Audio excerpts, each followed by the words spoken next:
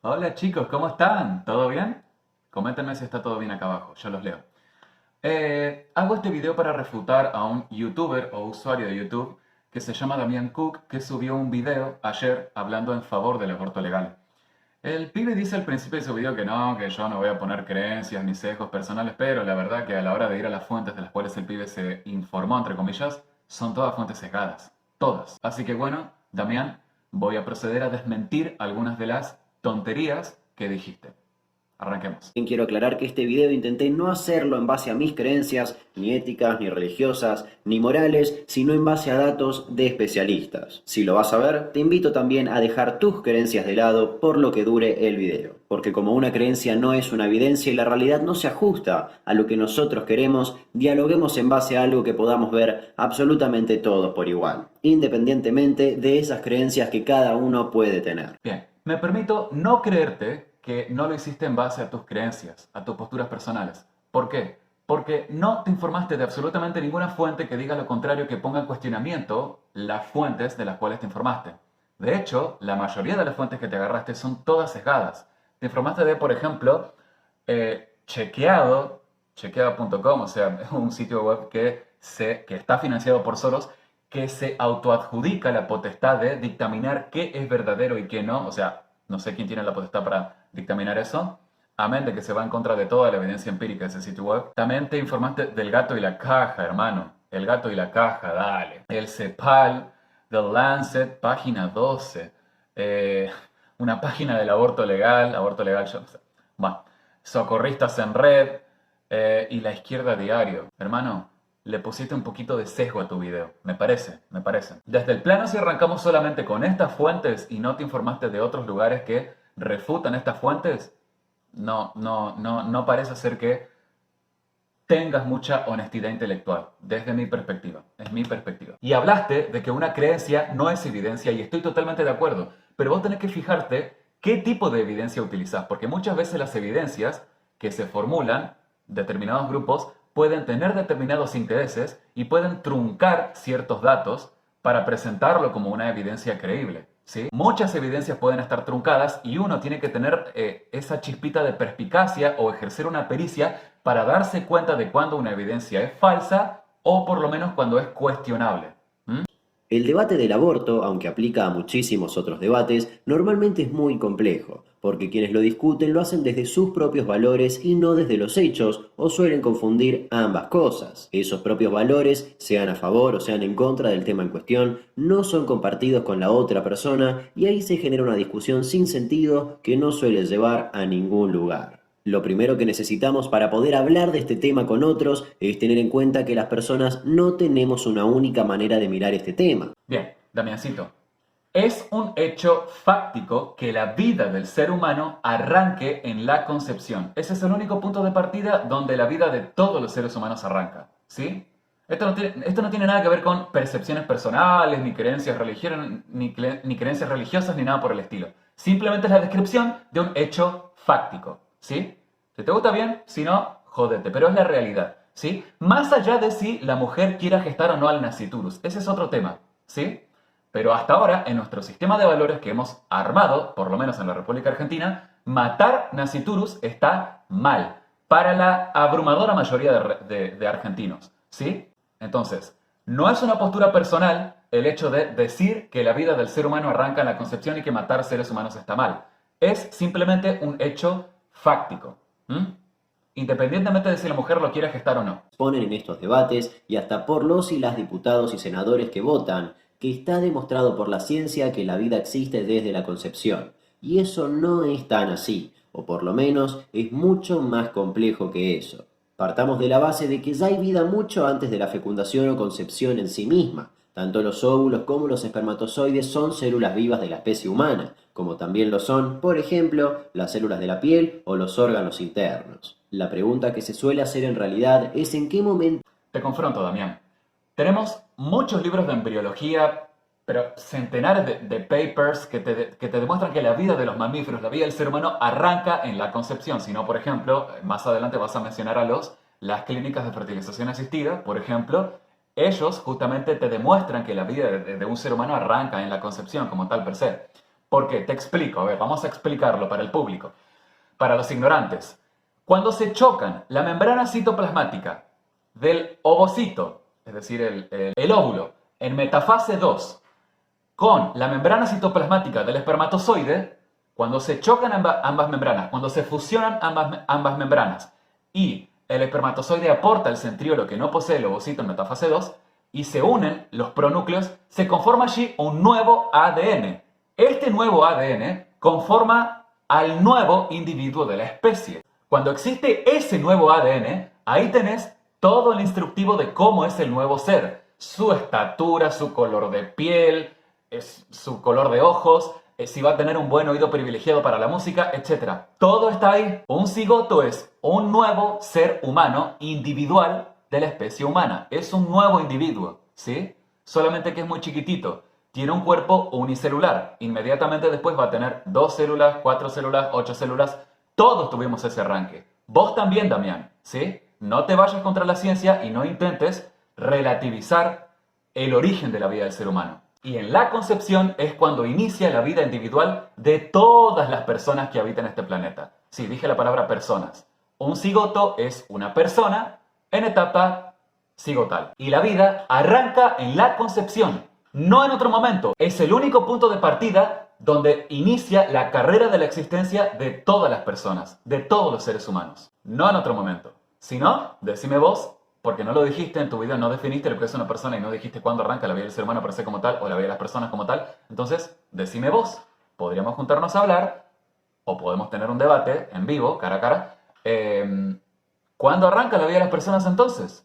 Explícamelo. Y no me compares la vida de una célula cualquiera con una persona en etapa cigotal, embrionaria o fetal. ¿En qué momento esa vida se toma como un nuevo humano? O mejor dicho, ¿desde qué momento empezamos a darle valor de persona a ese conjunto de células con vida? Y ese debate es enorme. Dijiste que ibas a hablar legalmente, en el ámbito legal. La respuesta te la da el artículo 19 del Código Civil, que dice que la persona humana comienza con la concepción, ¿sí? Concepción significa fecundación, fertilización, no implantación. Por ejemplo, en el judaísmo no hay un principio exacto, exactamente igual al evangelismo. Ambos afirman que la concepción de un ser humano va de la mano con la fecundación, instantáneamente. La unión del espermatozoide con el óvulo da lugar a un nuevo ser humano. Pero ojo, porque la Iglesia Católica tardó mucho tiempo en llegar a la posición que, al menos por ahora, mantiene. Durante mucho tiempo, diversos teólogos y sumos pontífices apoyaron una tesis denominada hominización tardía. En pocas palabras, sostenían... Bueno, acá previamente habló de judaísmo, Corán, catolicismo,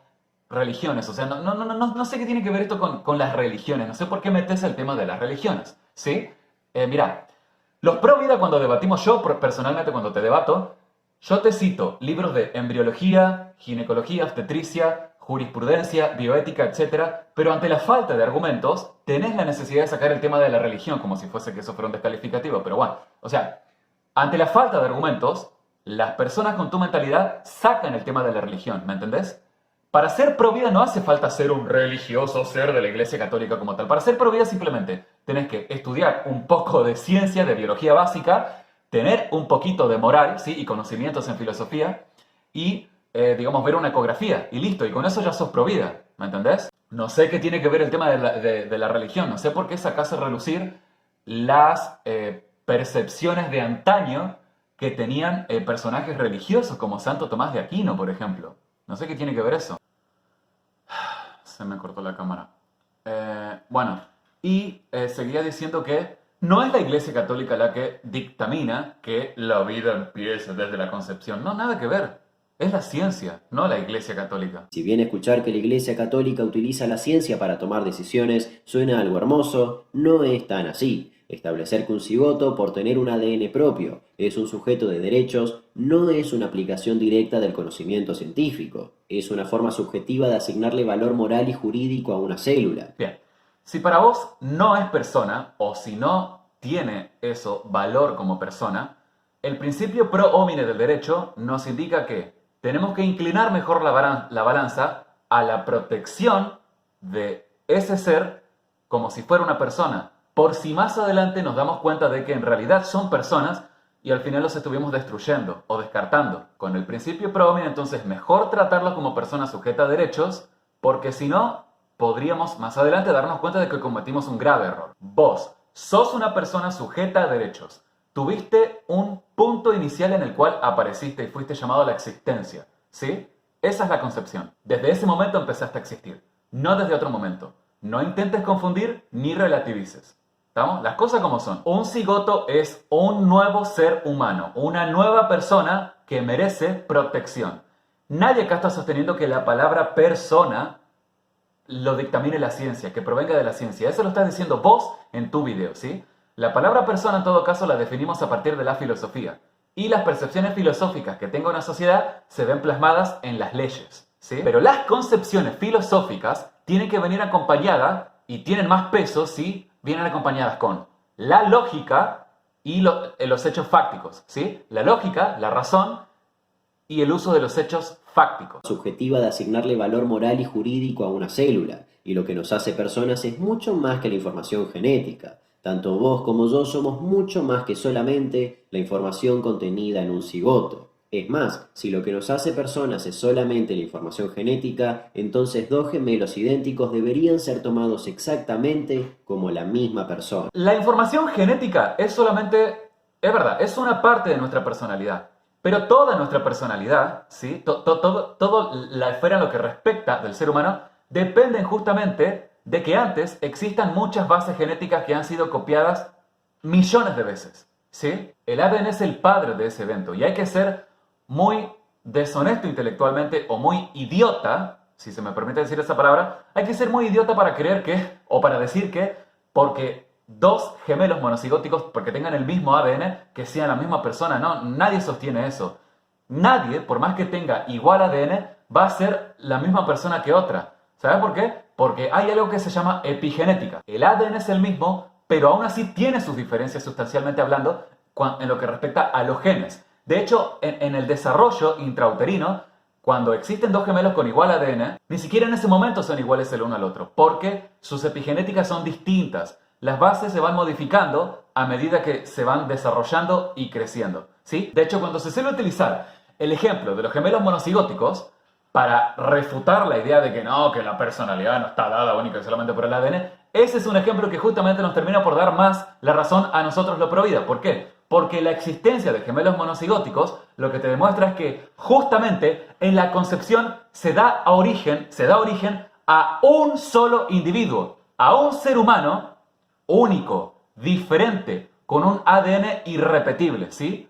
Único, que no va a existir nunca más en la historia de la humanidad, por así decirlo. Y luego, por accidente, ese cigoto produjo a otro embrión, produjo a otro cigoto, ¿me entendés? Entonces ahí podemos concluir que un cigoto, que era un ser humano, tuvo origen en la concepción y el otro, su hermanito, tuvo origen en la excisión, se le dice, excisión, ¿sí? O sea, en la división monocigótica. Lo que te demuestran los gemelos monocigóticos que tienen igual ADN es que uno tuvo su origen en la concepción y el otro en la división monocigótica. Que decidamos el nombre de esa futura persona antes de nacer recién queda registrado después del parto. Por otro lado, los registros de mortalidad oficiales solo cuentan las muertes de aquellos bebés que murieron tras el parto. Es decir, valoramos la vida fetal, pero sin desprendernos por completo de la idea de que el nacimiento biológico es realmente el momento donde se podría decir una nueva persona aparece en el mundo. En todos los países del mundo, sería muy raro que no haya una, pero en la abrumadora mayoría de países del mundo,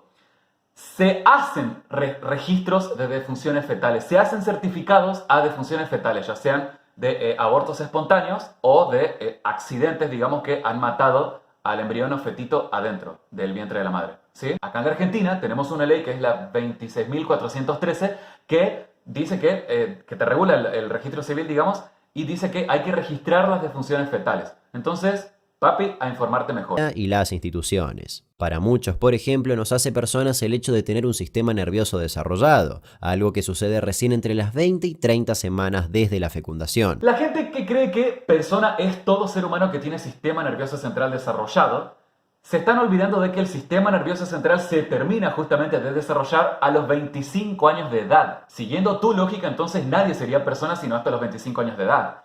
Y peor aún, ¿qué hacemos con las personas que alcanzan un tope en su edad y tienen enfermedades neurodegenerativas, es decir, su sistema nervioso central, después de haber alcanzado un punto máximo de estar desarrollado, después empieza a revertirse, o sea, se empieza a deteriorar y van perdiendo capacidades, que ahí van a ser en menores personas. De nada te sirve tener un sistema nervioso central si no va a estar funcionando del todo, si va a estar apagado o si va a estar funcionando en una capacidad reducida, como con las personas que son anencefálicos, hidrocefálicos, las personas que están en coma, en un estado vegetativo muy grave, anestesiados muy pero muy profundamente. Entonces ellos no serían personas. Esa gente que vos mencionás se olvidan de que el sistema nervioso central aparece en una persona que previamente estaba inconsciente. El sistema nervioso central no aparece de la nada per se. Y de paso se ha dicho, el sistema nervioso central aparece por culpa del ADN. El ADN es el padre de ese evento. Por ejemplo, en la reproducción asistida, se congelan los embriones que sobran y no nos parece algo extraño. Luego de un tiempo, en algunos lugares, hasta incluso se descartan y no estamos hablando de que se está cometiendo un asesinato en masa. O por ejemplo, no vemos a madres y padres que luego de una fertilización asistida estén diciendo que tienen 25 hijos en un freezer, aunque haya nacido uno solo. Bueno, vamos a centrarnos de Argentina. Yo ahora voy a ir a otras partes del mundo, pero vamos a hablar de Argentina, ¿sí? En Argentina no se tiran embriones a la basura, están protegidos contra eso. El artículo 57 del Código Civil los protege a los embriones, porque son personas, protege a los embriones de experimentos genéticos. También tenemos la ley Justina. En la ley Justina está prohibida la donación de embriones para experimentar, justamente. En la República Argentina no se tiran los embriones. Ha habido un intento de, digamos, hacer unas pruebas genéticas, ¿sí? DGP se le dice, pero esto implicaría justamente el descarte y el fundamento que tuvo el juez para rechazar eso, porque se emitió un fallo que era protectivo de los embriones. El fundamento fue que no se podía hacer eso porque no estaba cubierto el DGP en la cobertura, ¿sí? Espero que entienda más o menos de lo que estoy hablando. Pero el fallo fue protectivo de los embriones, así que no se tiran embriones en la República Argentina. Vos hablarás seguramente de otras partes del mundo. Pero acá en la Argentina no se tiran embriones porque justamente la vida del nasciturus o del cigoto, que tal cual, siguiendo la línea de coherencia del artículo 19 del Código Civil, que es una persona, y como es persona hay que protegerlo, si no se lo puede tirar así porque sí, no se tiran embriones a la basura. Hasta ahora tenemos entre 25.000 y 54.000 embriones criopreservados en la República Argentina, ¿sí? Y no se los tiran. ¿Y por qué se los criopreserva? Que vos dijiste que, ay, no, pero eso no lo vemos tan mal. Bueno, se los criopreserva porque, primero principal, a ver, para hacerlo muy sintético, porque no me quiero ir por las ramas, pero quien trajo o quienes trajeron la idea de fertilización asistida a nuestros países latinos fueron ustedes, las personas que están en favor de la legalización del aborto. ¿Por qué? Porque esta estratagema de traer la fertilización asistida acá implicaría que justamente se creen más embriones sobrantes para que queden en una placa de Petri y después se congelen, se criopreserven.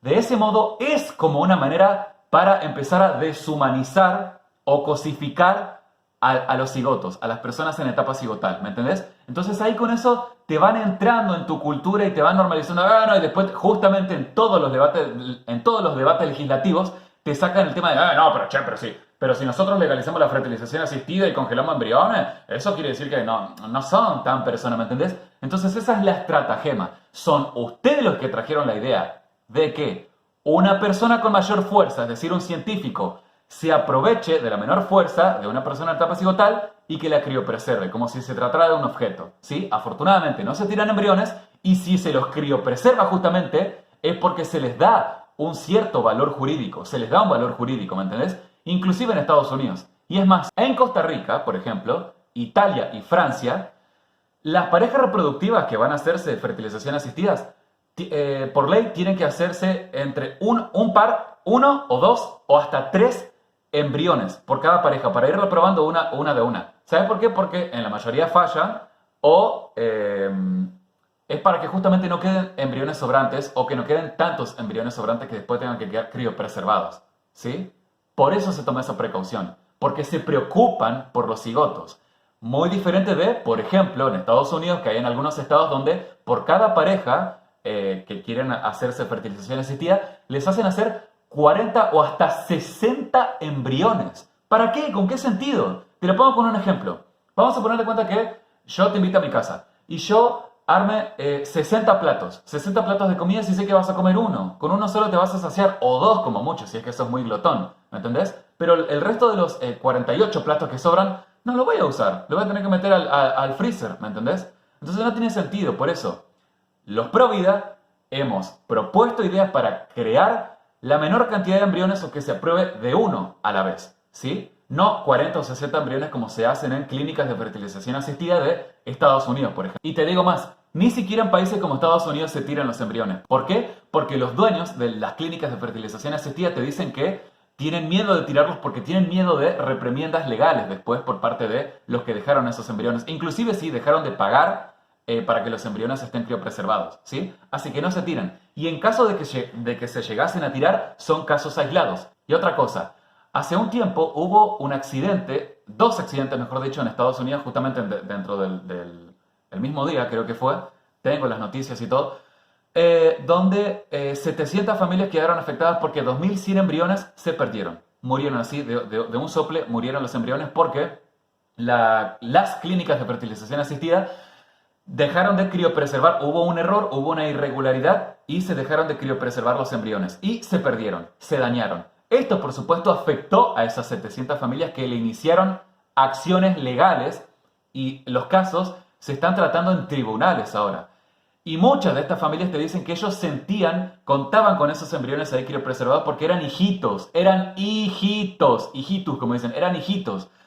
Contaban con ese último recurso de la fertilización asistida y con esos hijitos ahí congelados, los sentían como hijitos porque era la última chance que tenían para convertirse en padres. ¿Me entendés? Entonces, no tires cualquier verdura. Por favor, informate bien. La gente que tiene los embriones congelados en clínicas de fertilización asistida, sí los ven como hijitos. ¿Me entendés? De hecho, cuando se les pregunta si los donarían o si los regalarían, te dicen que no, porque les dan cierto valor moral. Todo comienza en 1967 cuando la Asamblea Mundial de la Salud identificó al aborto inseguro como un problema serio de salud pública en muchos países. En 1994 los estados de unos 180 países participaron en lo que se conoció como la Conferencia de la Población y Desarrollo realizada en El Cairo. Es un tema muy largo, lo voy a tratar de resumir, de compactar lo más que pueda porque es muy largo. Así que la cosa es la siguiente. La política reproductiva del aborto no viene de ahí, no viene de ahí de donde dijiste. Viene de un señor que se llama Rockefeller III, pertenecía a la dinastía Rockefeller. De esto hay evidencia empírica en todos lados. Escribió un libro antes de 1967 y para 1967 hizo firmar a 30 presidentes del mundo porque él era un filántropo, que tenía mucho poder, mucha influencia, se reunía con los presidentes, se juntó con 30 presidentes del mundo y les hizo firmar un documento que se llamaba Declaration of Population, o sea, Declaración de Población o Declaración sobre Poblaciones. Declaración sobre Población.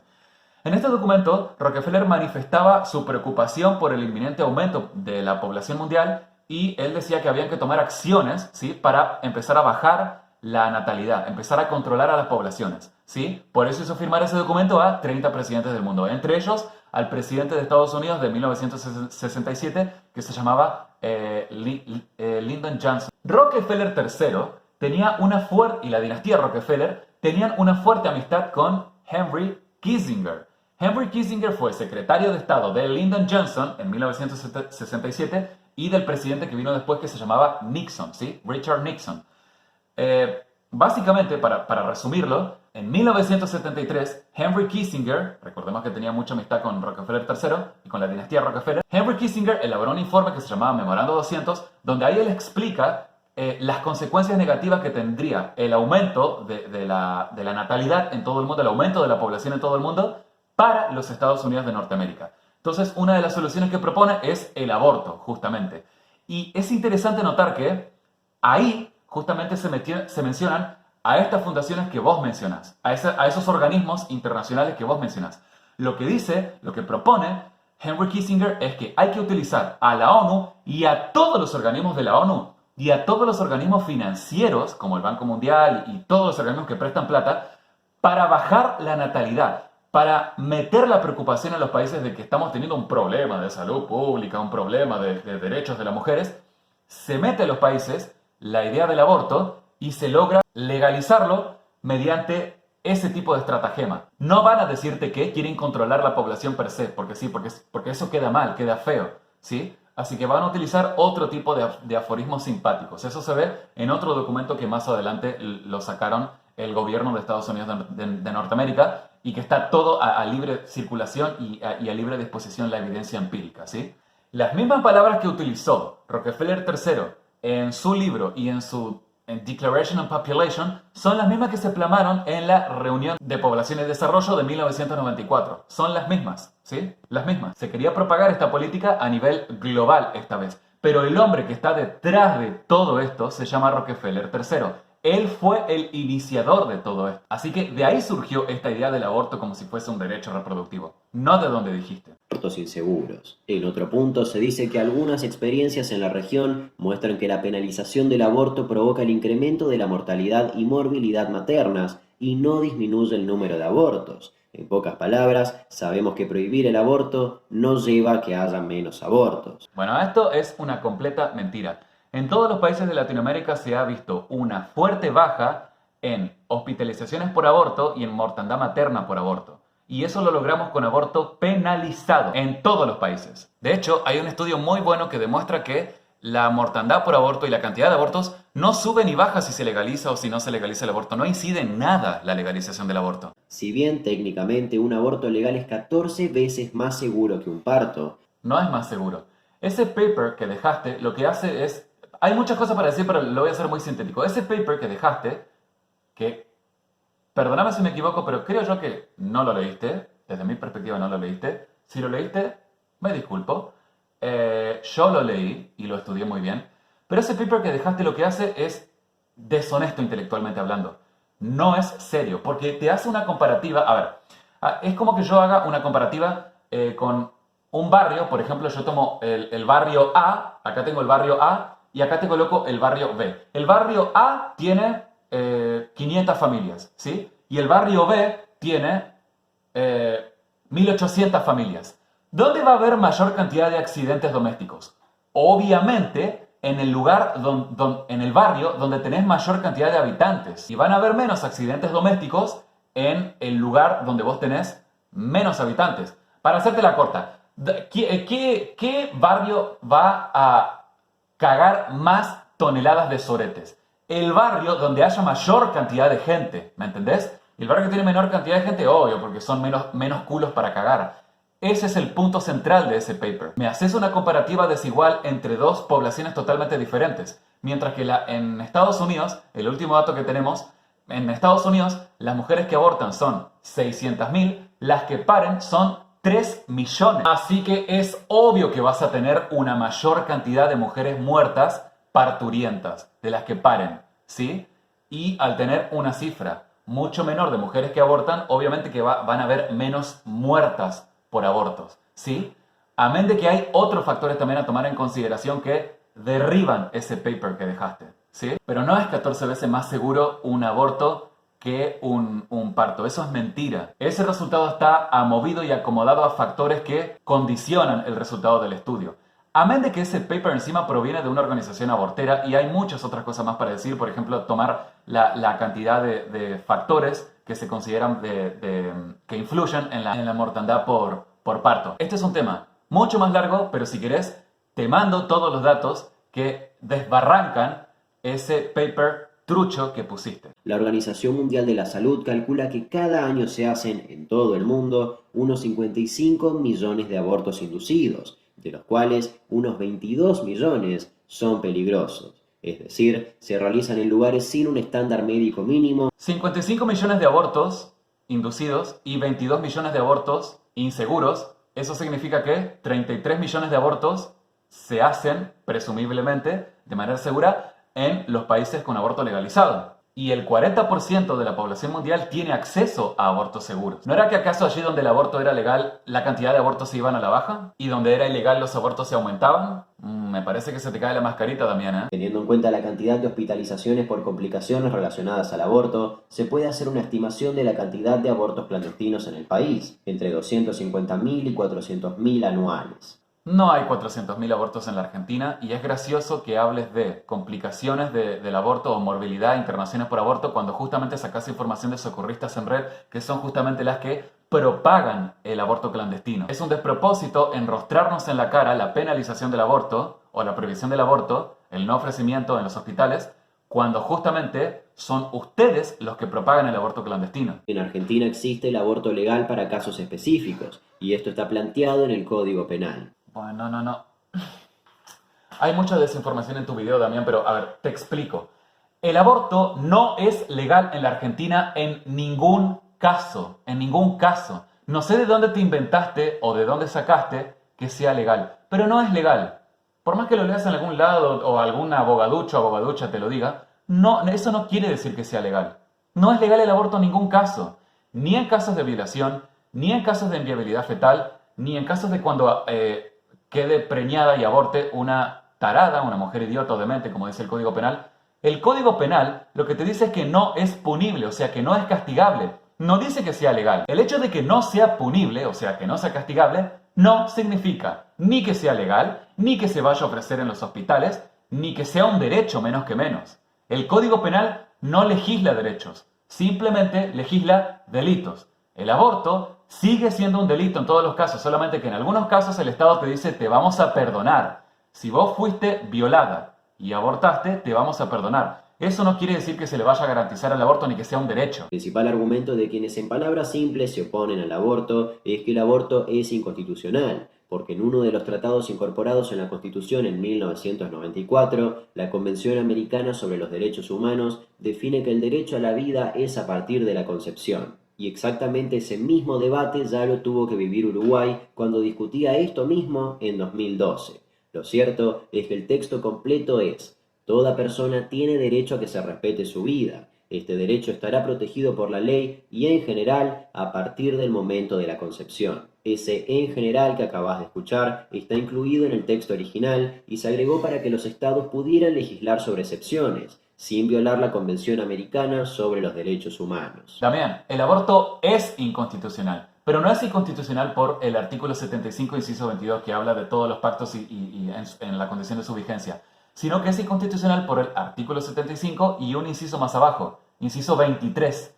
Ahí está la razón del por qué es inconstitucional. ¿Me entendés? No por los pactos. Los pactos se incorporaron recién en 1994. Pero ya que hablamos de los pactos, y hablamos del Pacto de San José de Costa Rica, en su artículo 4.1, que dice lo siguiente: toda persona tiene derecho a que se respete su vida. Este derecho estará protegido por ley y, en general, a partir del momento de la concepción. En el fallo Baby Boy, pero también si vamos a los trabajos preparativos de redacción del pacto, vemos que 3 veces se propuso colocar toda persona tiene derecho a que se respete su vida, este derecho estará protegido por ley a partir del momento de la concepción. Así va a decir las 3 veces originales de redacción del pacto.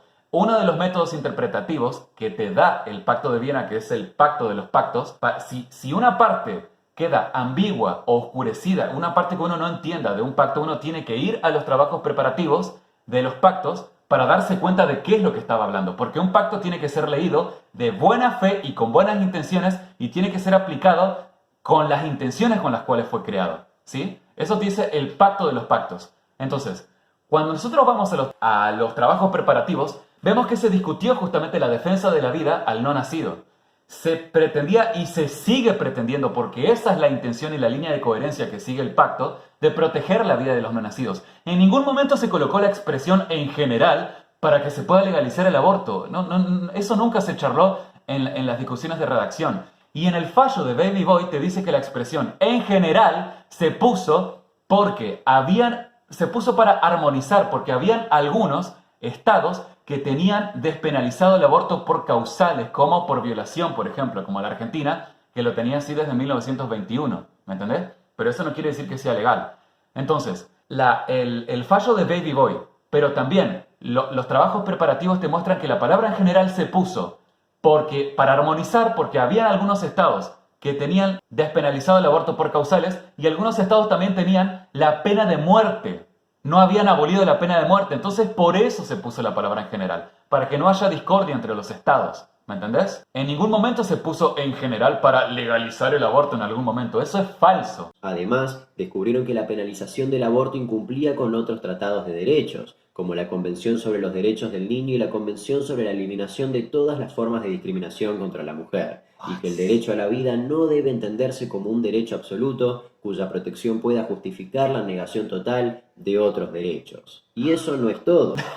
Eso es mentira. La penalización del aborto no viola ningún tratado, ningún pacto, ningún derecho. No existe derecho al aborto reconocido en absolutamente ningún pacto, ningún tratado. No hay ningún tratado de derechos humanos ni ninguna corte en el sistema interamericano de derechos humanos que se refiere al aborto como un derecho humano, porque no existe. El derecho al aborto no está escrito en ningún lado, no existe. No hay derecho al aborto, no existe derecho a eso. Así que la penalización del aborto no viola nada. Y la penalización del aborto es condición necesaria para la defensa de la vida o para la protección de la vida desde la concepción. En la Convención de los Derechos del Niño se aclara que se entiende por niño a todo ser humano menor de 18 años de edad, pero no se especifica desde cuándo. Fue Argentina quien por su cuenta... Te estás comiendo la parte que en el preámbulo número 9 del Pacto de los Derechos del Niño dice que el niño, por su madurez física y mental, merece la debida protección tanto antes como después del nacimiento.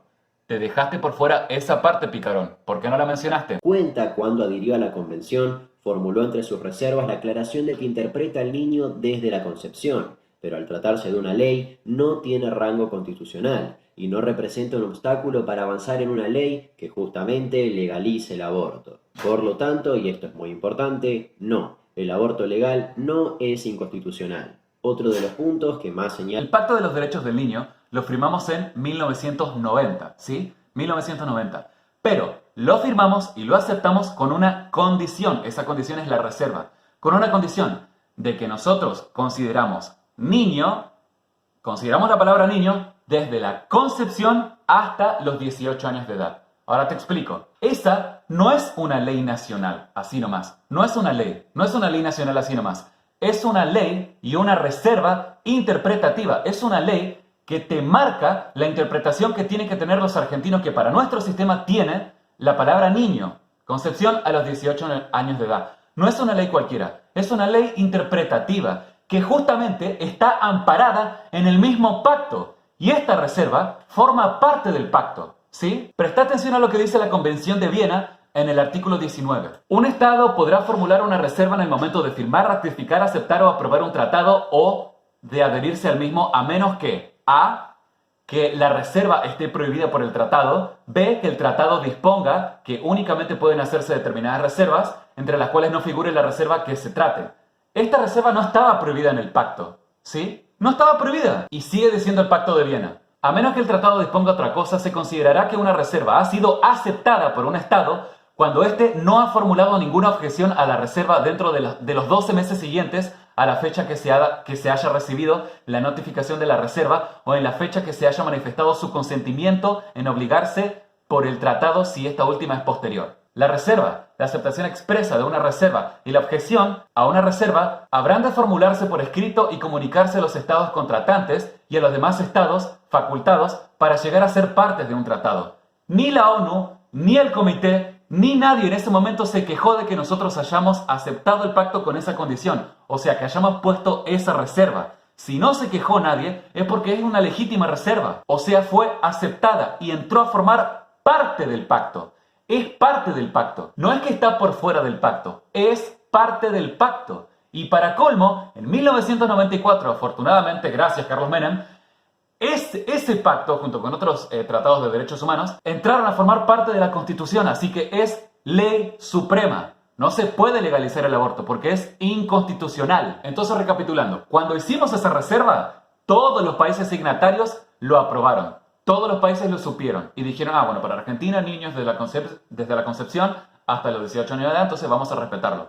Todos los estados signatarios lo sabían, ¿sí? Entonces, no es una ley cualquiera, no es una ley nacional así nomás, es una ley interpretativa y es una reserva que forma parte del pacto y estamos amparados en ello. Si no podemos jugar ahora a la anomia y decir, no, bueno, porque ahora no hay que respetar las leyes, no, que se puede legalizar lo que quiera. No, no es así la cosa. Así que infórmate y deja de esparcir mentiras, independientemente de si sea o no tu intención, amigo, ¿sí? Bueno, acto seguido habla de la seguridad y el bajo costo que el misoprostol supuestamente tiene. Pero eso es un tema muy largo de tocar, muy largo de tocar. Si solamente, si me puedo detener en algunos puntos, es que no necesariamente va a haber un ahorro en el gasto estatal si el Estado llegase a proveer los abortos, ¿sí? No tiene por qué ser así, hay razones para creerlo, así como lo estoy diciendo. Y el misoprostol no siempre es seguro. Por lo menos un 5% de las mujeres que usan misoprostol terminan desangrándose mal, con el útero desgarrado, internadas, y aunque fuera un 100% seguro, ¿sí? Vamos a darte la razón como que es un 100% seguro que no le hace daño a ninguna mujer gestante, mata al niño por nacer, mata al nonato, mata al nasciturus, ¿sí? Entonces, no es seguro el aborto como tal, per se. Un ser humano muere sí o sí ahí. Haces en todo momento como de lado, como que no existe ese otro ser humano que se está gestando, ¿sí? Hay que tener en cuenta que ahí hay una personita que está en el vientre de esa mujer, en el útero de esa mujer, ¿sí? Todos hemos estado ahí, Damián. Los niños por nacer son sujetos de derecho, no objetos de desecho. Vos ahora te estás poniendo en contra de todo un grupo humano del cual vos formaste parte alguna vez. Entonces, hacé la conexión. Bueno, del 30 para adelante habla del síndrome post-aborto y demás, hablas de evidencias truncadas, encuestas basadas en opiniones. Decís que es urgente legalizar el aborto, pero no es urgente legalizar el aborto, no es una emergencia. La emergencia de la República Argentina es bajar los impuestos, generar más riqueza. ¿De dónde sacaste que el aborto no das un fundamento para decir por qué es una emergencia? Los cánceres son una emergencia, ¿me entendés? Los suicidios, el empleo para los jóvenes, la educación es una emergencia. Pero el aborto no es una emergencia. En el 2005 teníamos 70.000 internaciones por aborto clandestino. Ahí suma también los abortos espontáneos, pero vamos a hacer de cuenta como que todos son de abortos clandestinos. 70.000 internaciones por aborto y en el último dato que se tiene, 2017, son 39.000. 39.000 internaciones. O sea, logramos bajarlo fuertemente y lo logramos con aborto penalizado. Las muertes. En el año 2000, repito, hay algunas que son de abortos espontáneos, pero vamos a dar cuenta que son todos de abortos clandestinos. En el año 2000 teníamos 100 muertes por aborto clandestino y el último dato que se tiene que son 19. Y lo logramos bajar fuertemente con aborto penalizado. Así que se puede, tenemos que seguir esa línea nomás. No es necesario legalizar el aborto para bajar la mortandad o la morbilidad. Así que no sé de dónde te inventaste que es una urgencia, ¿sí? Si podés dar un argumento de eso, sería genial que lo digas. Los robos están prohibidos y siguen pasando. Por el hecho de que sigan pasando, eso no quiere decir que vamos a despenalizarlos ahora. Aparte te aviso que en este proyecto de ley que presentó el presidente, igual sigue estimulando el aborto clandestino, porque después de la semana 14 va a ser ilegal, va a ser clandestino. Entonces la mujer se va a tener que inventar las causales o va a tener que ir a abortar en un lugar que no sea seguro. Así que la clandestinidad va a seguir siendo estimulada por este proyecto de ley. Y no existe la objeción de conciencia en este proyecto de ley. De hecho, algunos profesores universitarios están amenazando a sus estudiantes de ginecología de que van a tener que aprender sí o sí a hacer abortos. ¿Y quién te crees que sos vos para obligarle a una persona a aprender a cómo matar niños por nacer? Esta ley es totalitaria porque pretende perseguir a médicos que no quieren matar bebés, porque va contra su conciencia, ¿me entendés? Y es nefasto que vos apoyes esto. Ni hablar de que garantiza que seguro la nena violada vaya con una persona afectiva cualquiera y que esta persona puede ser el abusador o una persona que apañe al abusador y que autorice en caso de que sea una violación. O en caso de que, sí, de que se quiera hacer el aborto así porque sí. A una nena menor de 15 años no se le autoriza, por ejemplo, comprar alcohol, pero sí se le va a permitir abortar, matar al propio hijo. Pero igual como sea, Damián. No creo del todo que tu intención haya sido desinformar a la gente. Yo pienso que te rodeaste. Primero y principal, pienso que tenés un pensamiento sesgado, porque estás en favor del aborto, pero probablemente quiero creer que estés en favor del aborto porque te han mal informado o estás mal informado. Segundo, te rodeaste de gente, porque vi que 2 personas te ayudaron, te rodeaste de gente con un pensamiento muy sesgado desde mi perspectiva. Entonces lo que yo te diría es que abras tu mente, vos abras tu mente que mires más allá de tus narices y que investigues más, ¿sí? Que te informes más, que hables más con otro tipo de personas. Acá estoy yo, si querés, podemos hablar en persona, no hay drama, me disculpo si el tono en el cual hablo a veces es un poco como combativo, pero digamos, yo soy así, soy muy pasional en estos temas. Si querés nos juntamos a hablar de estos temas, podemos grabarnos así teniendo un debate al respecto. Y es más, me animo a tener un debate con esas dos personas que te ayudaron también en el video, ¿sí? Con los tres me animo. Yo solito contra ustedes tres. Me tiran piñas ustedes tres, a ver. ¿Se animan? Bueno, podemos hacerlo así, en persona, o mediante un debate en cámara, como quieras. Y si no querés, no importa. A mí tampoco no es que me interese conocerte, ni cambiarte de postura, de pensamiento, ni confrontar con vos. Nada, solamente quería refutarte y dejarte en claro que dijiste muchas mentiras en tu video, ¿sí? Y quería también que algunos de tus seguidores se enteren. Ese era mi único objetivo. Informate mejor, hace mejores investigaciones y no te pongas contra un grupo de seres humanos, un grupo al cual vos perteneciste alguna vez. Y si tu derecho a la vida se respetó desde la concepción, también respetá el derecho de otros. Si vos y yo nacimos en un país donde nuestro derecho a la existencia no estaba puesto en duda por ninguna ley. Entonces, por decencia, nosotros, los que tenemos uso pleno de raciocinio, le debemos lo mismo a los que están por venir, ¿sí? Independientemente de si la mujer desee o no ser madre, no se puede desear algo que ya sos. Ese es otro tema de debate para otro tema. O un tema de debate para otro momento, ¿sí? Si quieres lo debatimos. Si no, no. Listo. Nada más por decir.